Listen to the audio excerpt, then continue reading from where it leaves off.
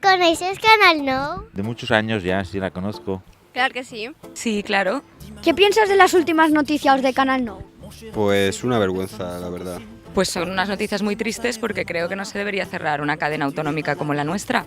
Pareix que sempre estem pagant els mateixos pels errors des de dalt.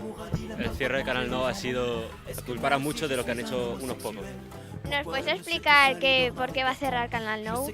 Perquè van fer un ERE que no era del tot legal i ara havien d'agafar de nou a tots els treballadors i com no els era rentable han decidit que era millor tancar l'empresa. I per això que ara no tenen diners per a continuar pagant els treballadors i continuar emitint. Van dimitir els càrrecs i ara han fet un decret llei per a que uns jefazos del PP es posen de jefes ahí. Por la mala gestión del gobierno de la Comunidad Valenciana, del gobierno corrupto que tenemos. Què missatge donaries als treballadors i treballadores de Canal Nou?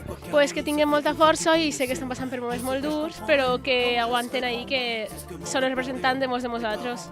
Todo el apoyo posible. Que realmente creo que tendrían que haber sido más críticos hace mucho tiempo.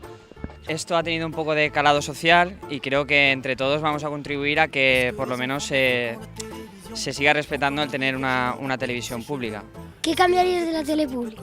Pues jo crec que podrien incluir més debats i pues, sobretot programació infantil que pràcticament no en tenen. Posaria programes de més qualitat, més documentals, aquestes coses. Pues que fora una tele per al poble i no per als que volen manejar al poble. Sobretot que nosaltres decidirem el que volem veure.